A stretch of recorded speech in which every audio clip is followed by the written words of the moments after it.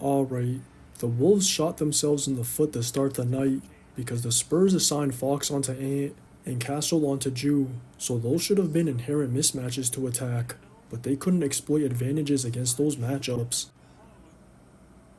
Both of them should have been able to get theirs, or at the very least, allow the others to get theirs on the catch, because the Spurs are always in the gaps, so it should have been easy to trigger the scramble from them loading up, and all the Wolves got out of those matchups were bricks or turnovers off their ball screens. Those first 4 minutes were basically a disaster, because in turn, all of those bricks and turnovers just led to the Spurs playing with pace early, and allowing them to catch the Wolves' defense not being set, so they got up 16-0 for clear control of the game. The Wolves' transition defense was the only thing worse than their offense early, and that stretch was the control the Spurs maintained for the majority of the game, but at least after that stretch, the Wolves did manage to stabilize it, so the lead didn't get too bad, because in transition, they were better at getting back. Then in the half court, they were good at containing the rock.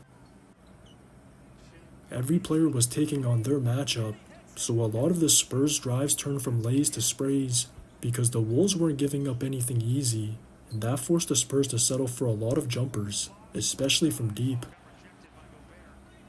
That's the best game plan against them, because all of their guards love to live at the rim, and without anything inside, their 3-ball wasn't as open outside, so they had to rely on an occasional transition bucket, a timely tray, or just Wemby attacking Rudy. That was their best matchup on the night, because Fox couldn't get anything easy against Jaden, so he was a big part of their settling, and it was somewhat the same for Castle. Chenza was doing a good job of chasing him over screens, so he really couldn't exploit his hostaging, and he was either settling for a float, short jumper, or worse, just turning the rock over. Even when the Spurs were going to their horns, they couldn't get anything out of those, and the only guard that had a good night was Keldon, because at least he hit timely trays, but other than him, it was all Wemby. For some reason, the Wolves decided to assign Rudy onto him, and as much as I like a big on Wemby, this wasn't the right matchup, because first, Rudy has terrible feet, so whenever Wemby had him out on the perimeter, it was obvious he was looking to fry Rudy every time. Then second, Rudy can't navigate screens, so whenever Wemby got a pin down or inverted, he was coming off clean, and this game was just another example as to why Rudy should only be a low man, because he's just not effective anywhere away from the paint. At least the Wolves recognized that in the second half, so besides early in the third and early in the fourth with the second unit, he wasn't really playing, and when he did more bad than good, because he had 2 unnecessary fouls down the wire. First was the flagrant against Wemby on a closeout, so after that, the Wolves took him out for a stretch, but then decided to sub him back in, only for him to commit an away from the play foul, and in a way, that helped complete their comeback, because it made their decision to go small even more definitive.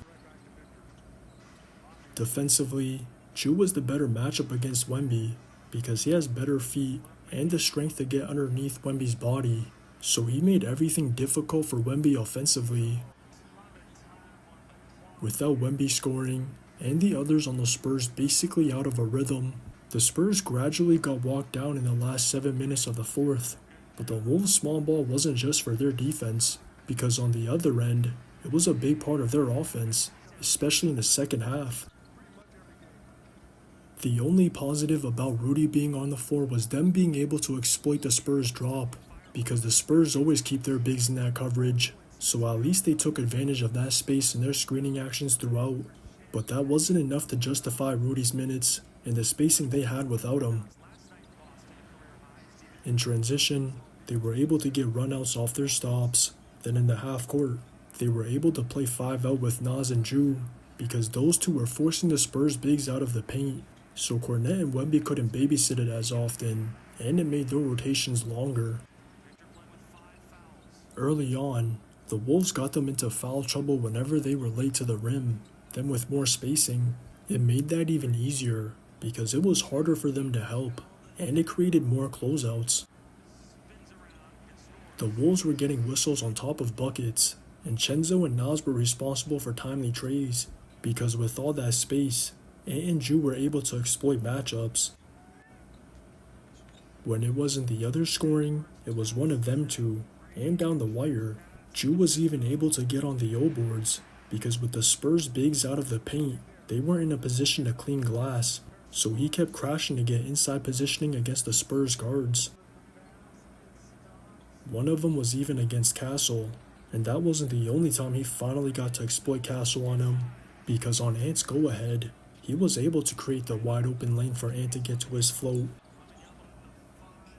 That possession was basically a culmination of their night, because first, Ant was in attack mode, and that didn't change when he got Wemby switched onto him. Then second, Castle trying to front Drew just allowed Drew to screen both him and Wemby. Then third, Cornet had to respect Nas's shooting in the corner, so he couldn't pull over early to meet Ant at the spot.